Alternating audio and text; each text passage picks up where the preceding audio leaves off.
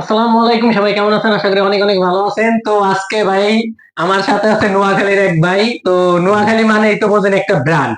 আসলে নোয়াখালী বাংলাদেশ মানে এদের ব্যাপারটা হচ্ছে এরকম যে মানে চাঁদে গিয়েও যদি আপনি নোয়াখালীর মানুষ পাবেন, নিশ্চিত আপনি চাঁদেও মনে হয় যে আপনি নোয়াখালীর মানুষ পাবেন। চাঁদে প্রথম আসলে দেশে চাঁদ আবিষ্কারিত হচ্ছে নোয়াখালী। এ দেখেন মানে চাপাবাজ যে তারা তাদের কথা দেখলেই বোঝা যায় এরা চাঁদ আবিষ্কার করছে। মানে আপনি কি কথা লাইন বুঝছেন যে এরা চাঁদ আবিষ্কার করছে? তো আসলে ভাই আপনি কি এই যে চাপাবাজ সারা পৃথিবীর মানুষ মানে প্রায় ওয়ার্ল্ডে সবাই জানে যে আপনারা এখন চাপাবাজ। আসলে এই বিষয়ে আপনারা কি করবেন? আপনারা কি এই চাপাবাজ? এই বিষয়ে একদম বোকাস কথা এগুলা।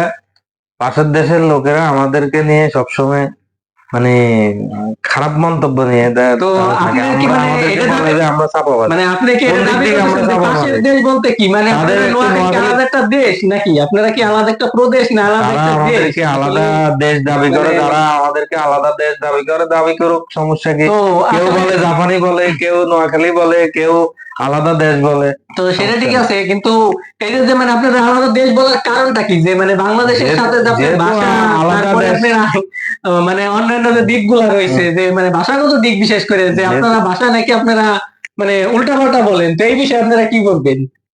নোয়াখালীর ভাষা আজকের কালকের না, 1000 বছর আগ থেকে চলে আসছে নোয়াখালীর ভাষাটা। নোয়াখালীর ভাষাটা হচ্ছে যে ব্যান্ড একটা।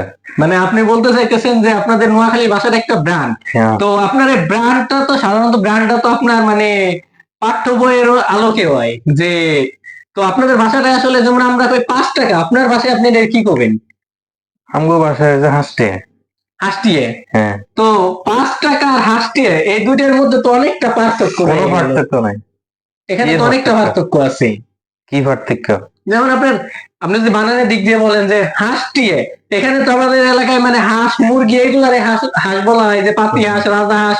আপনারা হুম। বলতেছেন টাকারে হাঁসটিয়ে, তো এটা কিভাবে হইলো? তো আপনারা তো আসলে আমাকে মানে বাংলাদেশের মান সম্মানটা নষ্ট করে লাই কোনো দিতেছেন। মান সম্মান, কি এর মান সম্মান নষ্ট হয়? নিজের মায়ের ভাষায় কথা বলে, ঠিক আছে? আপনি এটা ঠিক আছে যে মায়ের ভাষা, তো মায়ের ভাষা তো এটা না যে মানে 5 টাকার হাঁস দিয়ে 50 দিয়ে 70 দিয়ে, এগুলো সাধারণত চর অঞ্চলের মানুষরা কয়। তো আপনারা কি মানে চর নোয়াখালী, অঞ্চলের মানুষের মধ্যে? নোয়াখালী কোনো চর বলতে কোনো কিছু নাই।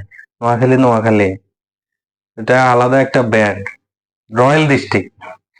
আচ্ছা ঠিক আছে, তো বুঝলাম যে আপনার নোয়াখালী একটা ব্র্যান্ড। তো আপনার পার্শ্ববর্তী দেশ যে মানে পার্শ্ববর্তী শহর কুমিল্লা, তো এই যে কুমিল্লারে, এই কুমিল্লারে যে সবাই বলে যে কুমিল্লার ইতর, আসলে এই যে যে কুমিল্লার ইতর যেহেতু আপনার পাশের মানে জেলা, তো এই কুমিল্লার ইতরের বলার ব্যাপার কারণটা কি? আসলে এই বিষয়ে কিছু জানতে চাইছি।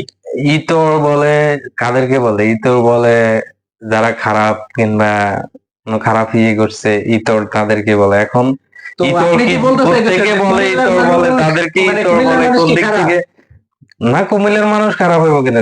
কোথাও সব জায়গায় তো ভালো খারাপ আরেকটা মিলিয়ে ব্যাপার গেছে। যে মানে বলা হয় যে নোয়াখালীর মানুষ যে আপনার মহাত্মা গান্ধী মানে ছাগল চুরি করে খাইছে, তো এটা এই এটা এটা বিষয়ে আপনি এটা কি এটা বলবেন? এটা ভুল। এটা কারো থেকে আমি শুনি নাই, আজকে তোমার থেকে শুনছি। এটা ভুল কথাবার্তা। এটা তো আপনার ইতিহাসে গুগলে এ- সার্চ দিলেও দেখা এটা যায় যে এটা কুমিল্লার আছে লোকেরা, যে এটা কুমিল্লার লোকেরা আমাদের নামে একটা বদনাম উঠেছে যে তারা নাকি মহাত্মা গান্ধী ছাগল চুরি করছে নোয়াখালীরা। এটা একদম ফাউল একটা কথা। আর তাদেরকে যে ইতর বলে, তারা বলে যে ইতর নাকি ব্রিটিশরা দিয়ে গেছে, সম্মান তো সূচক একটা নাম দিয়েছে ইতর। তো এটা আপনার ইতর, আবার অনেকেই বলে যায় কুমিল্লার মানুষ আতর ব্যবসায়ী ছিল, যে এখন আতর ব্যবসায় তারা দাবি থাকার কারণে করতেছে যে কুমিল্লার লোকেরা আতর ব্যবসায়ী ছিল। এখন আতর ব্যবসায়ী থেকে নোয়াখালীর লোকেরা তাদেরকে ইয়া, ইতর ইতর ব্যবসায়ী বানাইছে। ইতর বানাই দিছে। এখন কারটা বিশ্বাস করবো? কেউ বলে যে ব্রিটিশরা তাদেরকে ইতর নাম উপাধি দিছে, আবার কেউ বলে যে তারা আতর ব্যবসায়ী ছিল, তাদেরকে আতর ব্যবসায়ী থেকে ইতর বানাইছে নোয়াখালীর লোকেরা। ওকে, মানে তা আপনি বলতে চাইতেছেন যে এই বিষয়ে আপনার কাছে কোনো সমাধান নাই বা জানা না, নাই যে এটা আসলে এটা আমার কোনটা কাছে কোনো সঠিক, না? সমাধান নাই। কুমিল্লার লোকেরা এ, তো আমরা পরবর্তীতে কুমিল্লায় যারা আছেন তাদের কাছ থেকে জানবো যে আসলে তাদেরকে ইতর বলার কারণটা কি, এবং কি কুমিল্লা যদি কেউ থাকেন তাহলে আমাদের কমেন্ট বক্সে জানাইতে পারেন যে আপনাদেরকে ইতর কেন বলা হয়, এবং যদি এর কোনো ব্যাখ্যা থাকে আপনি কমেন্টে জানাইতে পারেন। আমরা পরবর্তী ভিডিওতে আপনার এই বিষয়ে আলোচনা করব। তো এই যে যে আপনার যে বিষয়টা যে এই যে নোয়াখালী মানে বাংলাদেশ থেকে আলাগ মানে আলাদা করার জন্য যে কথাটা বলা। এটা আমি সরকারের কাছে জোর এটা দাবি কি জানাইতেছি, নোয়াখালীতে ঢুকার জন্য আলাদা পাসপোর্ট বানানোর দরকার। যেহেতু অন্যান্য জেলার লোকেরা নোয়াখালীর লোকদেরকে বলতেছে যে আলাদা দেশের লোক, আলাদা ডিস্ট্রিক্ট বলে না, আলাদা দেশ। নোয়াখালী একটা দেশ, তাহলে নোয়াখালী যেহেতু দেশ, তাহলে ওখানে বাইরের জেলার লোকদেরকে ওখানে যাওয়ার জন্য পাসপোর্ট দেওয়ার দাবি জানাইতেছি, আমি জোর দাবি জানাইতেছি। তাহলে এবার বুঝছেন ভাই যে নোয়াখালীর মানুষ কি পরিমাণ চাপা মানে মারতে পারে, যে তারা নোয়াখালী ঢোকার জন্য অন্য যে 64টা জেলা আছে তাদেরকে বলতেছে মানে পাসপোর্ট বানানোর জন্য নোয়াখালী ঢোকার জন্য তারা সরকারের কাছে দাবি জানাইতেছে।